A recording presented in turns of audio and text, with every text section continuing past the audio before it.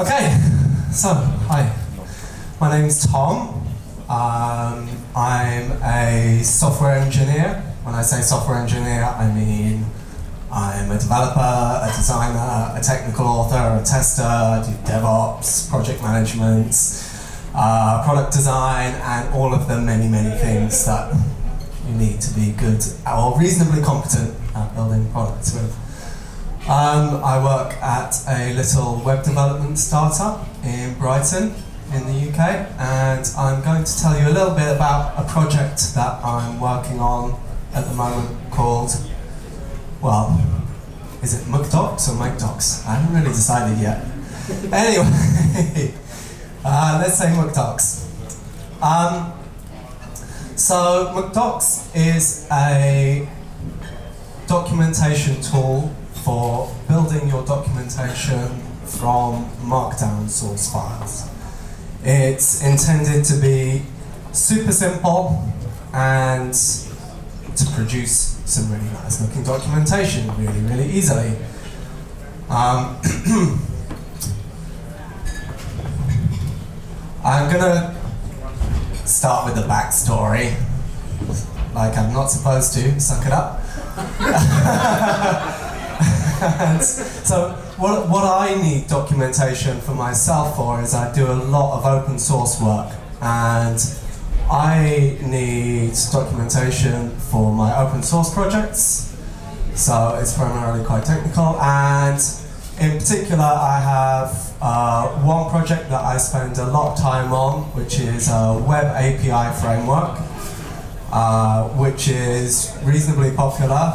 And what I used to do is I used to do what everybody else in my particular community is doing at the moment, which is the Python community, and that is to use Sphinx for building my project documentation. And Sphinx uses a markup format called restructured text, and when I first started on my big project Django REST framework, I was working with restructured text. Oh, I can use the clicker. That's a good plan. Goes forwards as well as back. And this is what my working on my documentation looked like at the time. At some point, I came to be doing a big redesign for a 2.0 release of this project. And when I was working on this re-release, it was really important for me to get started with the documentation early, because the documentation really is the design of the product. So I really wanted to make sure that I was properly laying out all the concepts for this big redesign, and I started drafting up my documentation in, there we go, in Markdown. And suddenly, my life was already feeling a lot easier. So Markdown, huge community adoption. It's got some really, really nice tooling. So for example, this is the mood editor. And I think, you know, also like it's got a really nice, simple aesthetic to it, Markdown. So I was really enjoying working in it. And particularly the tooling, having this, being able to visualize my documentation more than I would be able to if I was working with restructured text and just having to use a regular editor, was really helpful and important for me in visualizing what my readers were going to see in terms of how I was leading them through how everything was put together. So I then went and decided to do what no self-respecting programmer should do and tear up the existing tools and start again. Which, yeah. So I scripted up a hacky little script that munged all of my Markdown source files and a bunch of HTML and CSS that I put together, and created a custom little script that built the documentation for Django REST framework, which I was super happy with. It looked exactly how I wanted it to look, and I was really pleased to be working on the documentation in Markdown, which is great, except it was all hardwired to this one particular project, so not particularly reusable. Oh, also, like, I got tons of positive feedback from my users about the documentation as well, so happy days. But I would like to be able to take the same set of tooling that I've built for this project and be able to use it for all my other open source projects as well, and also like share the love. Let all of you folks use this as well. So let's take a look. So I've started porting this over to a reusable package, and it's written in the Python language, so the prerequisites that you'll need before you're able to start using it, you need to make sure you've installed Python and Python's main package manager here. I would really like to be able to just bundle this up in a nice installer and have a big, just download me, because you shouldn't really need to care about what language it's written in. So hopefully that will happen at some point. And then it's pretty simple. So install the package, create a new project, and start running it. Let's take a look. So,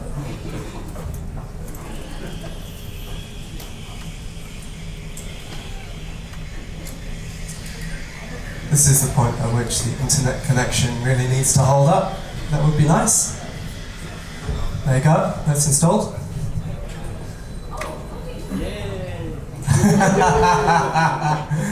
Yeah.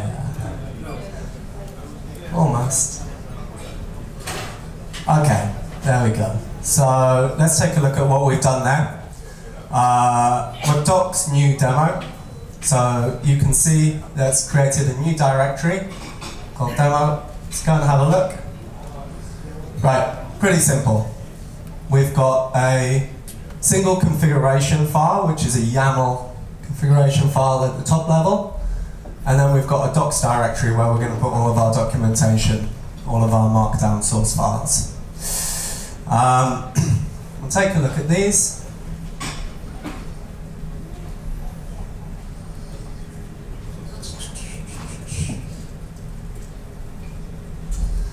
There's our configuration file, not very interesting at the moment.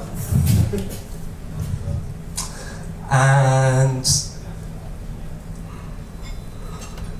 we currently have a single page of documentation, which, again, placeholder. Right. So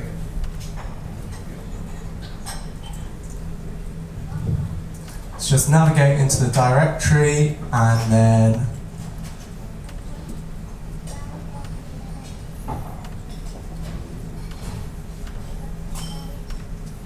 there we go. So, oh, really? That was easy. Okay. Fine. Okay. So we've got our starting point now. One of the nice things about the live server that's built into MkDocs is that it will automatically reload anytime you edit anything in the documentation source files, in the configuration file, or anything in the theme that you're using. So if we go and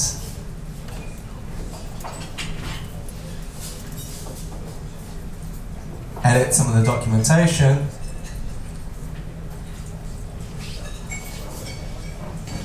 there we go. Yeah. And refresh the page, there you go. Right, the docs is now officially awesome. Lovely. Okay, back to the presentation.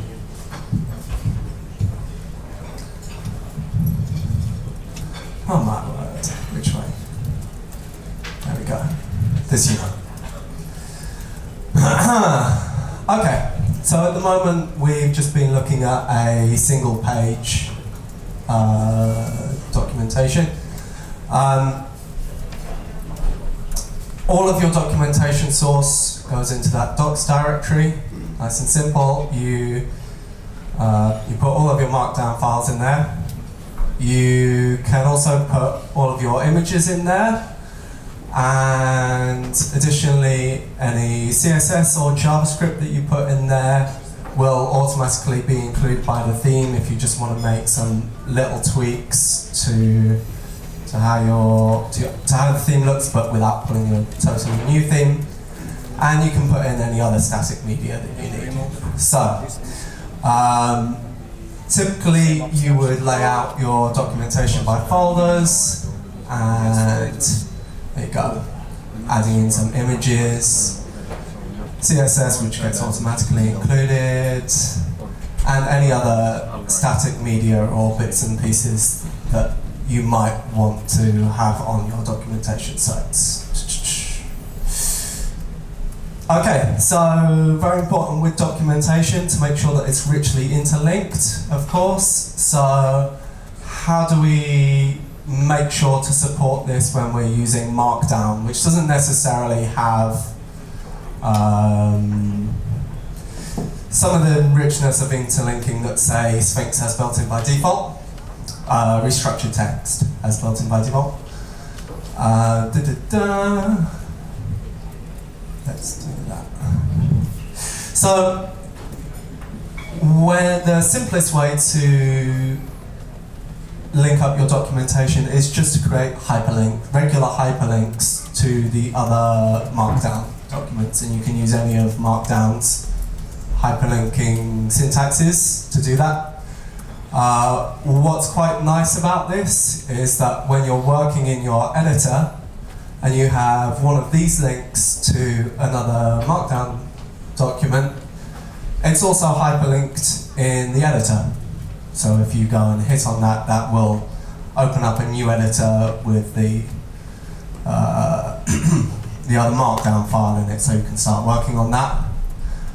And it will automatically fix these up to be the appropriate HTML hyperlinks. But we also need something a little bit more advanced than that. We'd like to be able to automatically create references to parts of our documentation in a way that won't break when we rename our source files. So there's also an additional little bit of syntax that you can use for creating references to bits of documentation. The simplest is this one at the top. And what this will do is, if there's anywhere in your project documentation that has a title of project license, it will just magically hyperlink to that. And at the bottom, if your link text doesn't necessarily match the title of the thing that you want to link at, you can also explicitly name the title that you want to link to without changing the link text. So,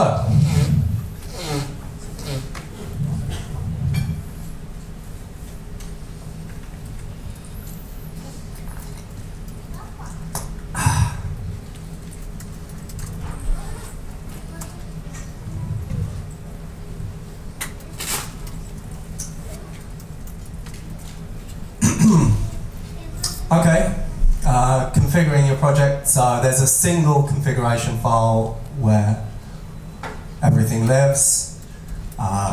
It's mandatory. There's a single mandatory setting in it, and everything else is optional. There's not too many different settings that go in there. It's a little snippet of the MkDocs own configuration. It's actually missing one thing, but this is pretty much it. You can see that I've put in a few extra bits of configuration that help the site be a little bit more rich. I won't go into the particular configuration options, but let's just pick out one as an example. So, we've got the site description in there. See, so that will add in the HTML meta description for the home page or for the entire site, and nice and easy. Now, the site that we've looked at so far, we've just started with a single page document, right? What we'd actually like to do is create a multi-page document. Now,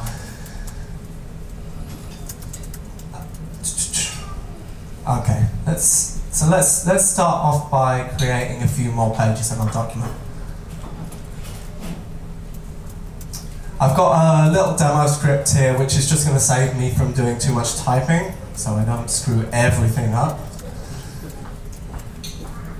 So the first thing that we're going to do, we're going to add another Markdown source file to our documents. There we go. So I've created this about file here, which has just got a bunch of filler text in. And if we go and refresh our site there, I should really expand this. That would be nice.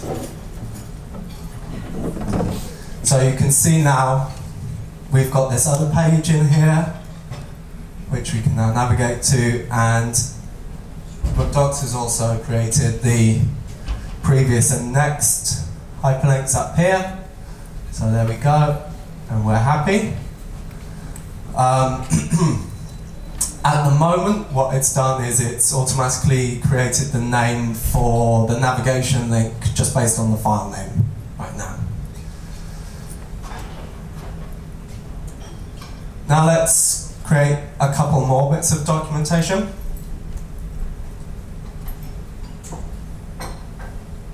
So here's a new folder, and we've got a couple more Markdown source files in it, and lovely.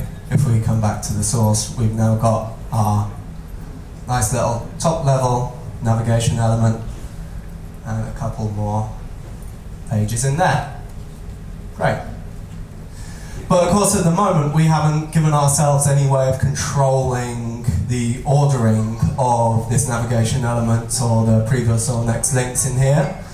So we've now hit the point where we'd like to start using our configuration file in order to manage that. So let's go and do that. Remind ourselves what it looks like right now. Remind ourselves what the site looks like right now. We've got the main link about user guide. We'd like to put the user guide first. So let's add some stuff to our configuration file. Nice and simple. Just specify the ordering of those in there. And magic. There we go. You can also use the pages configuration to explicitly name the navigation elements if you don't want them to just be automatically based on the file names. And a bunch of other things.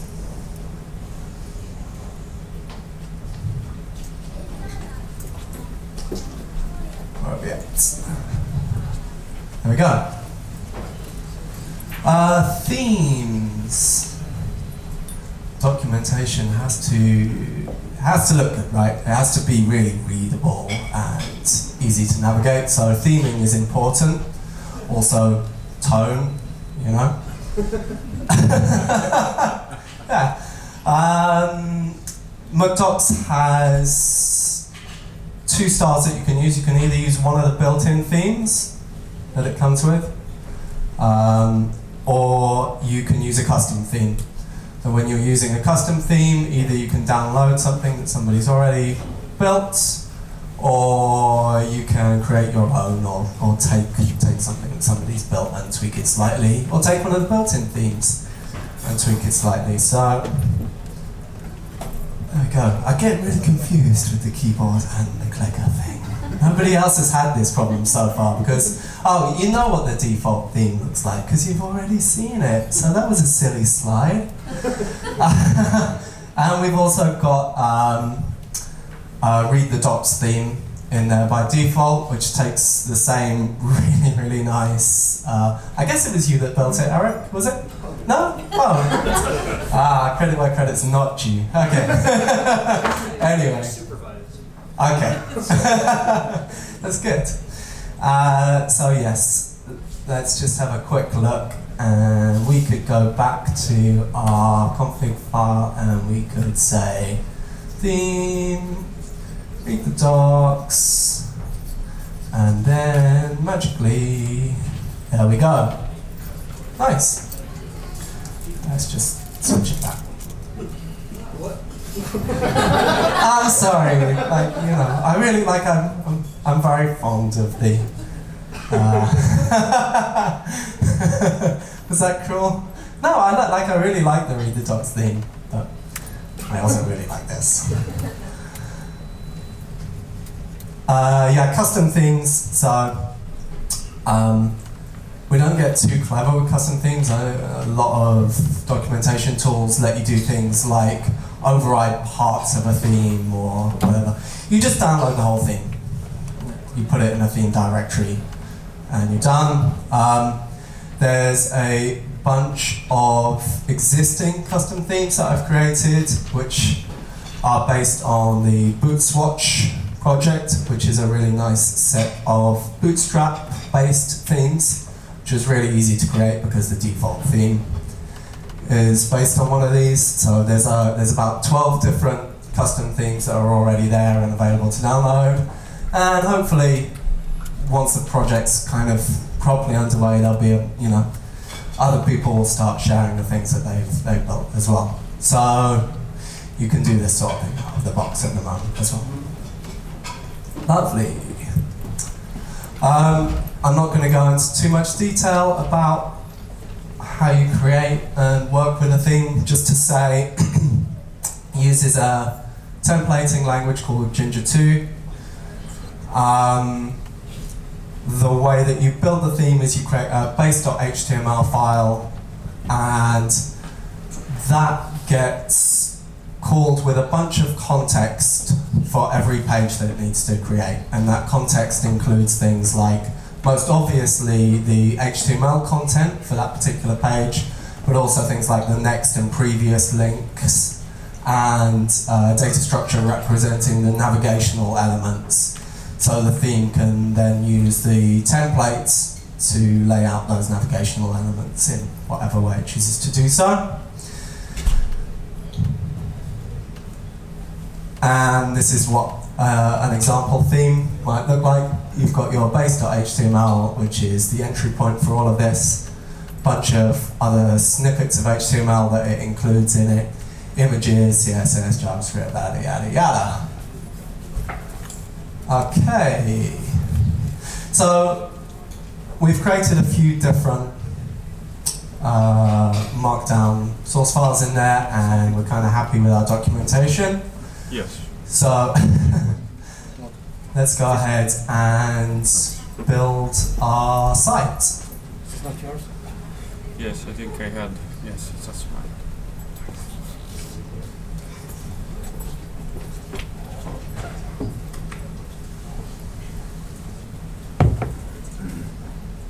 So I've quit the live server and I'll run MkDocs build.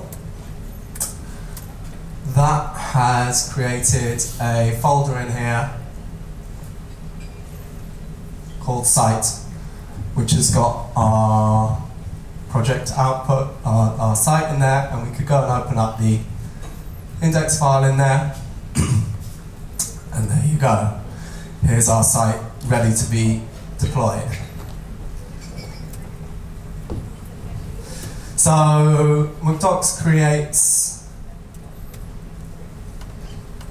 documentation sites that are completely static, so you don't need a particular web server to run them.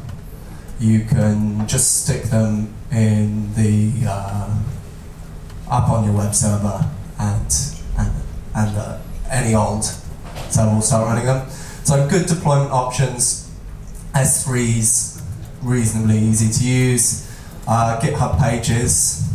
I don't know how many people have used that, but that's a really, really nice option for hosting for hosting your site on. And it also happens to include some built-in GitHub Pages integration, so we'll look at that stuff in a minute. Just to give you a little bit more information on GitHub Pages, if this isn't something that you've used for hosting your documentation or any other site before, it's a method that GitHub provide for you to be able to host static files on your GitHub repos. And the way it works is you create a separate branch on your repository, which has to be called GH Pages, and you push up all of your source to that, all of your HTML source to that, and it will magically become available. Right? Easy. So, we've built our documentation here. We'd like to be using source code control for all of our documentation source, so that it's easy to collaborate on, and so that we can track. Well, you don't need to know why. You know why, right? Da da da. So, I have created a little GitHub repo for us to use for this project. Let's go and we're going to go and push our documentation source up to this repo. I won't bother showing you the particular commands to use, but you can use GitHub's nice little Mac tool or Windows. I think they have a Windows one as well, right? And that will have just been using the command line there. So we've pushed our documentation source up here. Now, important thing to remember when you're doing this is you don't want to track your build output in your source code control. So the build directory that we had in there, we haven't pushed that up to GitHub. We've put that in our git ignore file. It's only the documentation source that you're interested in managing through source code control. And as I said, we've also got built-in GitHub Pages integration. So now that we're hosting our documentation source on GitHub, we can happily do MkDocs GH deploy, which goes and automatically creates the GH Pages branch that we mentioned earlier, and goes and pushes up the documentation build to that branch. So now it's telling us your documentation should be available at yada yada yada. Our documentation's on the internet. Yay! There we go. Easy, right? I think. Oh, that's not a slide. There you go. Yeah. That. Right. Focus, or in other words, focus, focus, focus. Couple of things that I'm not interested in doing with this project, certainly at least for the moment, probably for all time. I don't want to expose a programmatic API, right? You configure it solely through the configuration and through the theme, right? Adding a programmatic API means taking away quality from elsewhere in the project, because it means extra resource that I need in order to support and maintain this contract between me and software developers, and I would like to include everything that most people will need in a way that's not exclusive to developers. I'm not interested in building a tool that deals with doc strings or other documentation that's embedded inside programming language. This is purely for prose-based documentation. For myself, I've always found the best documentation sites that I've found have all been kind of prose-based rather than, well, obviously there are cases when API referenced stuff, it can be useful, but I'm not interested in targeting that. Yeah, and it's not a semantic markup tool, right? So it doesn't deal with putting all this semantic information into the tags that are around the content that you're creating, because we're targeting the web. HTML is our output, right? And the only thing that we're interested in is that I'm not interested in creating a tool where you have many, many different output formats that it can support, right? This is Markdown, HTML. Maybe a PDF thing at some point in the future, but that's it, right? Yeah, okay, so trucking on with this. As you can see, you know, like all of the essentials are there.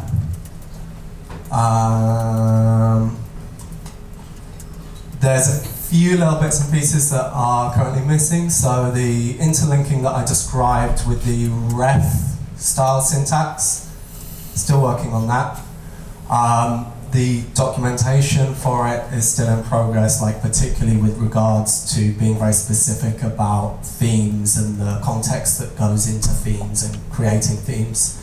So if you look at the documentation at the moment, you'll see a fair amount of lorem ipsum placeholder text still.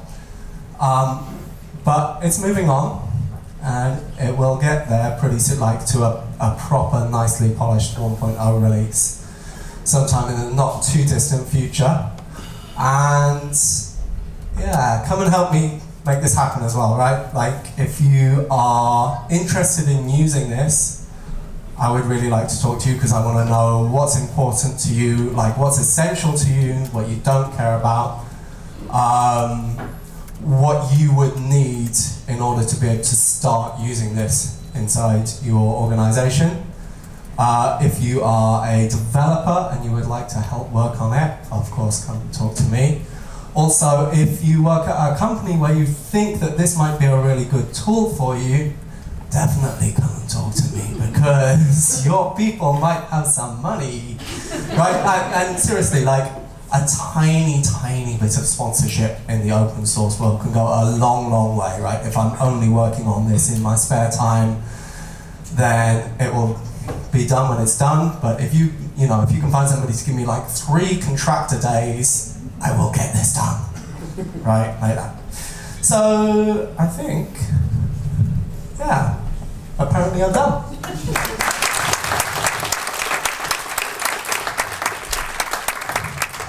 Okay. Who wants chocolate? Well, that was easy. Yeah, thanks for the talk. It's good to see how, what you did and how this really works, because I already recognized this before. But yeah, you said that of course there are swings, and you didn't like swings. And what I would find interesting is things that you would say swings could improve, not to be the same as MkDocs because it's not possible, because it's a different format of text, but other things. Well, the obvious thing would be if it was able to build in Markdown support, because I think that was the biggest thing for me, is working with Markdown, the tooling and the aesthetic of it. I just found really helped me create better documentation than I would be able to if I was working with RST. Like especially the tooling with being able to visualize more what my readers are going to be able to see. Really helps with layout and visualizing how much content you're putting down. So yeah, if they were able to build in Markdown support, then that would be massive. I know there's some reasons why that would be difficult, but I think MkDocs is the Sphinx for Markdown. That's my view of it anyway. So. I wanted to note that to upload your documentation on Github Pages, there is a Python library called Github Pages, which you can plug in Travis, so that you push to GitHub. Travis builds your documentation, and automatically, if the build is successful, pushes to GitHub Pages. okay. We potentially have something similar in the works, right? Other questions? Cool. Thank you, Tom. Great.